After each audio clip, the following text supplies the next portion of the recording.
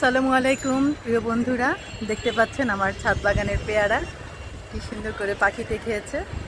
অনেক বড় সুন্দর হলুদ পেয়ারাটা।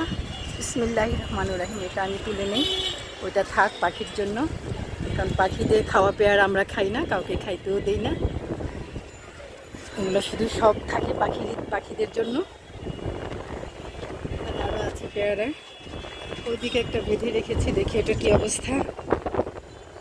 স্কুল ছুটি হয়েছে, এই যে সেই স্কুল।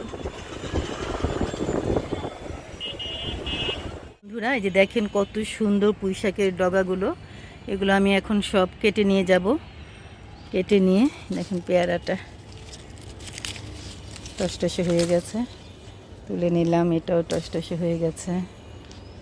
পেয়ারা গাছ অলমোস্ট খালি হয়ে গেছে, এখন আবার পেয়ারা গাছে খাবার দিয়ে দিতে হবে। একটা আনারস গাছ, এখানে একটা আনারস গাছ আছে। ঝোপঝাড়ের কারণে ওরা সূর্যের আলো একদমই পায় না।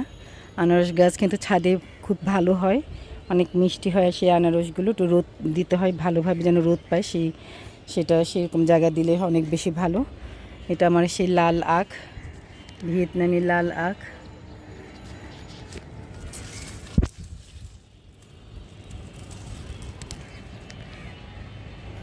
এগুলো একটু বেঁধে দিলে লম্বালম্বি হয়ে বড় হয়, তা না হলে হেলে দুলে যায় এবং আঁকাবাঁকা হয়ে যায়। দেখতে পাচ্ছেন আমার ছাদ বাগান বৃষ্টিতে ভিজছে। সুন্দর ঝিরঝিরে বৃষ্টি, টিপটপ বৃষ্টি, ঝিরঝিরে বৃষ্টি। এটা আসলে দেখেন আঙ্গুর পাতাটা পানিতে, কত সুন্দর দেখতে, মাশাআল্লাহ। প্রিয় বন্ধুরা, দেখতে পাচ্ছেন রাই বেলি, বৃষ্টিতে ভেজা রাই বেলি। এখানে একটা দুটো করে ফুটছে, অনেকগুলো কলি এসেছে রাই বেলির।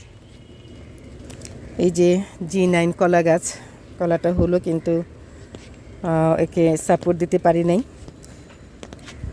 সেজন্য কলা গাছটা ভেঙে গেল, দেখেছেন সবাই। বিসমিল্লাহির রহমানির রহিম। একটা ছোট্ট গাছ, বেশ জামরুল ধরে। গাছটাকে বড় করতে হবে, কারণ হচ্ছে একটু বড় হলে ফলনও বেশি পাবো।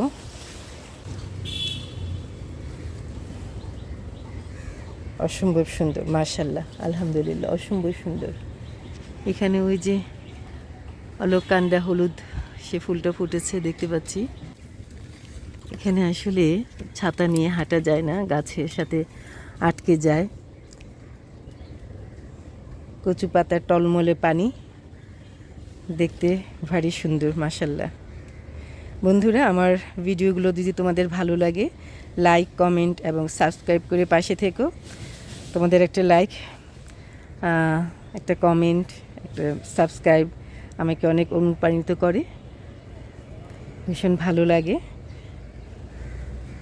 আশা করি সবার ভালো লাগবে আমার ভিডিওগুলো। দেখো, এই যে কচু শাক বেশ বড় হয়েছে। ক্যারেট আমি এখানে 3টা দাওয়াতে বেশ বড় বড় হয়েছে। কচু শাকগুলো একটু ছায়া, একটু রোদ জায়গায় ভালো পছন্দ করে, আর একটু জৈব সার কম্পোস্টে দিলে এরা বেশ খুশি থাকে। তো এইভাবে আমরা ভালো মজার কচু শাক কিন্তু আমাদের ছাদ বাগানেই চাষ করে আমরা পরিবারের জন্য হারভেস্ট করতে পারি এবং খুব মজা করে রান্না করে সেটা খেতে পারি।